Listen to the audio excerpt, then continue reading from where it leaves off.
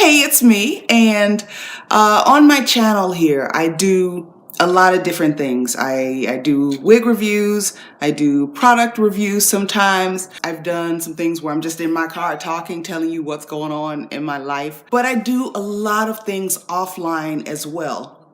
Many of you know that I'm a professional actress. I do a lot of TV shows and commercials, and I have for 13 years now.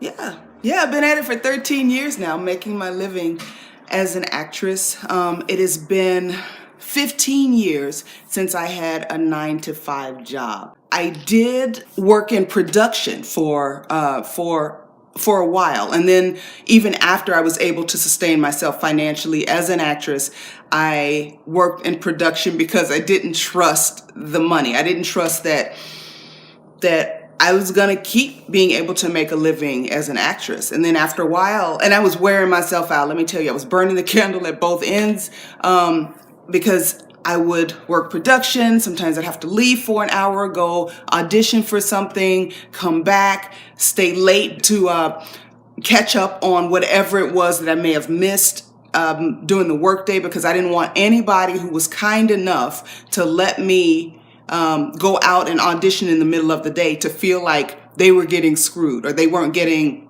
the quality of work that they were paying me for. So I would just, put in extra work and go above and beyond wherever possible. But something that I want to share with you guys today is the fact that you can turn whatever it is that you love, whatever it is that you have a real, true passion for, into money. My phone keeps making noise, so give me a second. I'm going to check and see if that's somebody who's going to make me some money. I'll be right back. Okay, that was not money. That was Twitter. So here we go. In our society, and I'm going to tell you that I fall into this too. So this is not a situation where I'm talking at people or you guys, blah, blah. No, I'm one of you guys. I'm a regular schmegular queen from the south side of Chicago. And I just knew that the 9-to-5 life was not for me. I knew that at an early age before I even entered the workforce. But I didn't know any other way. I didn't know how people could sustain themselves and keep a roof over their heads and have indoor plumbing and stuff like that, and not go in at 9, leave at 5, get your paycheck every 2 weeks or every 4 weeks or something like that. I didn't know how to do it. And I was afraid. Because who wants to be an adult? Well, I didn't want, some people do want to be this, but I did not want to be the type of adult that was always had their hand out, or, trying to mooch off of somebody. That is not in my constitution. I moved here to act, and I couldn't figure out, okay, well, how are people auditioning and still have the flexibility to audition and still have jobs? And I knew I wasn't cut out to be a waitress, not because I look down on waiters or waitresses. I don't at all. I have friends who are waiters and waitresses. I have a sister who works as a waitress. I don't have a temperament for it. I do not. Like, some of the things that I've seen people do, some of the things that I've heard from friends, I would have cut somebody. I had to figure out, how do I do this? And it's going to be the same for you, whether you're pursuing a career in the arts, whether you have this great idea for a business that you want to start up, whatever it is, whatever your passion is, there is a way to make money doing it. But a lot of people, and I'm not going to sell you anything. I'm not trying to sell you anything. I don't have anything for you to buy. I wish I did, but I made this wig. So if you want to buy this wig, I'll sell it to you. Contact me in the comments. But seriously, if you're one of the people like me for whom this system doesn't work too well, Identify what it is that you really love. The way you identify what you really love is something that you do already or that you would love to do for free. Do you have fun doing it? Do the hours just pass without you even noticing while you're doing it? Acting, I loved acting. I did not go to college initially to be an actress. I went in as a Spanish major because I love foreign languages. And at a certain point, I was like, okay, I should probably put something with this so that I can get a job when I get out this joint. I started taking different classes, took international business class. Nah, I don't want to do that. Accounting class. I was terrible. Like, what? Like, I don't even understand. You put something on this column and in this column. I mean, I get it now, but I had no experience with balancing a checkbook. I didn't care. Economics. I took an acting class just because it sounded like fun. And here I am, I don't know how many years later, many years later, and who'da thunk it? I just connected with, I knew I wanted to do something artistic. I'm creative. I paint. I painted this. This was from a study. Someone else did it first, and I copied it. So, I'm not trying to pass that off as my original art, but I did paint this, and I painted. It's a painting of donuts. It was in Vogue magazine, and I guess I was hungry, I don't know, but artsy, craftsy, do-it-yourselfer. I sing, I write, like I've always been creative, but I didn't know how that would work. And when I took the acting class, I was surrounded by like-minded people who also loved acting, some of whom were making their living in acting or had and then going back to school. Some were academics, and I started to look at things a different way. So that's something you should do. If there's something that you're very interested in, you have a passion for, you just love it, and you would do it for free if you had more time, or you're already doing it for free, find like-minded people. Find people who love the same thing, whatever it is. You love gardening, and you're trying to figure out how the heck can I turn gardening into a career. Home and Garden TV, like the whole channel is full of folks who turned it into a career, or landscaping, or I mean, there are, I like gardening. I don't love it. So I don't know. I haven't researched it, but do your research. Google is free. Thank the Lord. Whatever it is you love. So identify it first. That's the first thing. The second thing is to do some research. All right. Learn more about it. Sometimes you do some research, something sounds really cool. Oh my God, I would love to do that for a living. And then you do the research and I ain't doing it. Research can also show you areas that you may be weak in, or areas that, things you may not want to do. When I first started auditioning, I had someone who had done a few under five lines on a show. It's called a co-star on a TV show. And she had done a few of those. And so I was just kind of looking at her like, oh my God, like she did it, and one day she said something so discouraging to me, because I'm not very social. Like with my friends, with the people that I hang out with, I'm cool. And I can talk to anybody. I'm okay with that. But I'm not the one that's going to be out in the streets all the time. No, I'd rather be home with a candle. I'm looking at my candle with a smell good candle burning, reading a book. Or writing or making something. I would much rather be doing that than to be on anybody's red carpet. Who are you wearing? That's work. I'll do it when the time comes, but it's work. That's not something that I aspired to.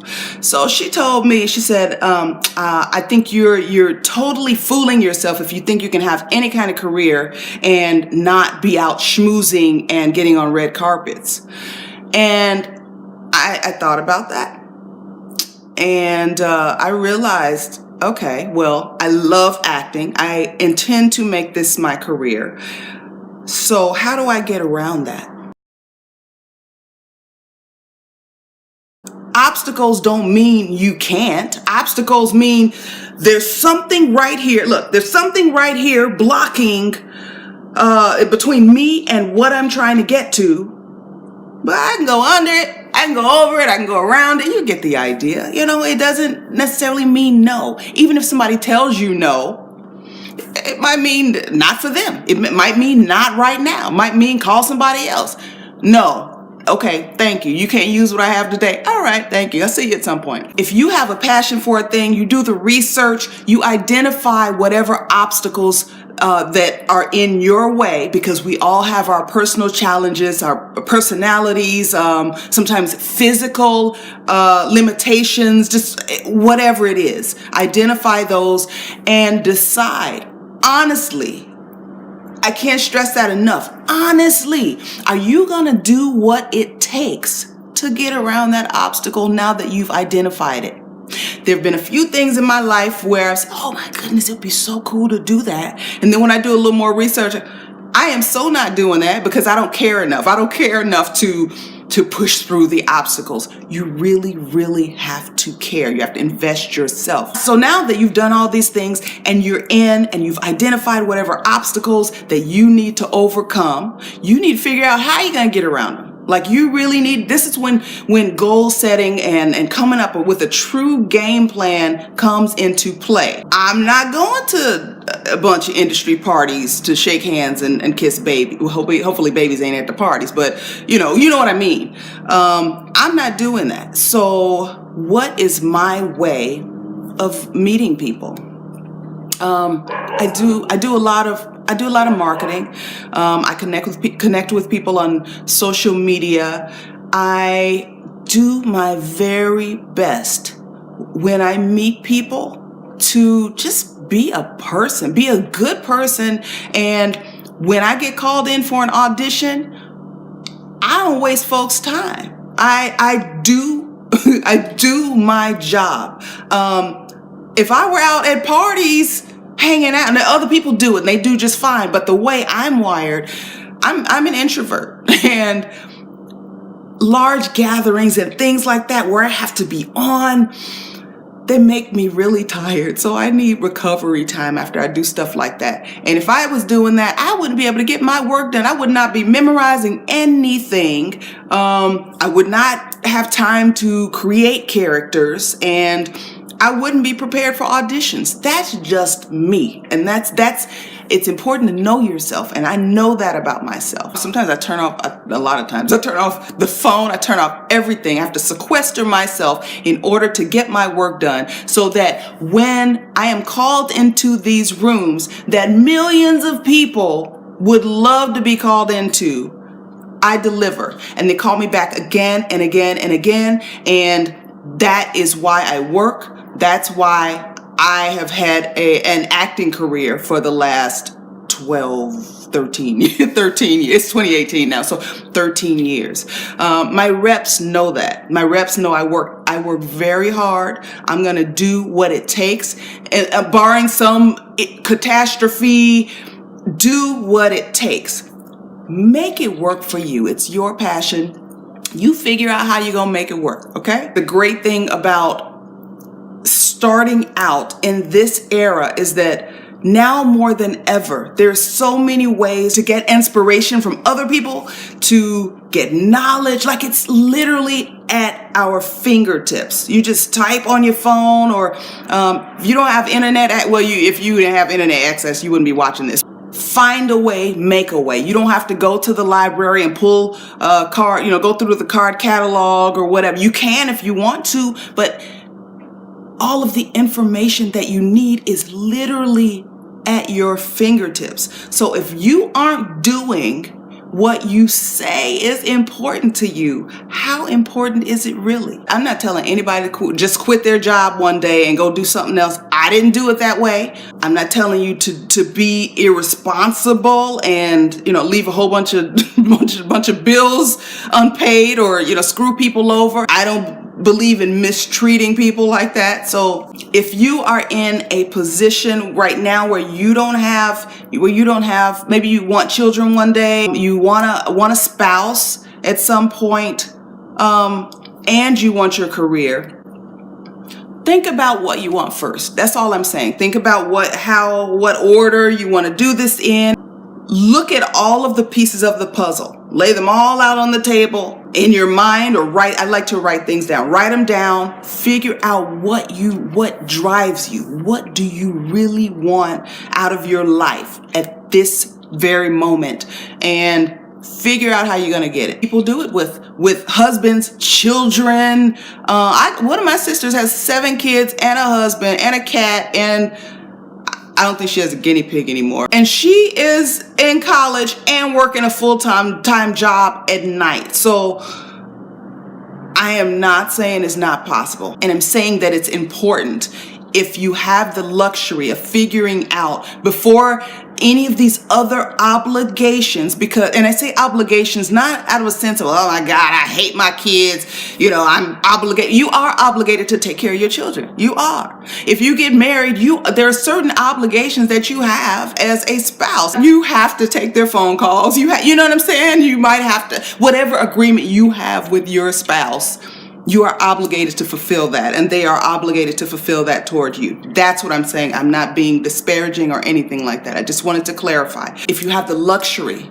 before you have any of these other obligations, sit down and figure out what you want, and then question, okay, of these things that I say that I want, why do I want them? Because a lot of times we'll put down stuff like, I want a house. And that was on my list at one point. I want a house.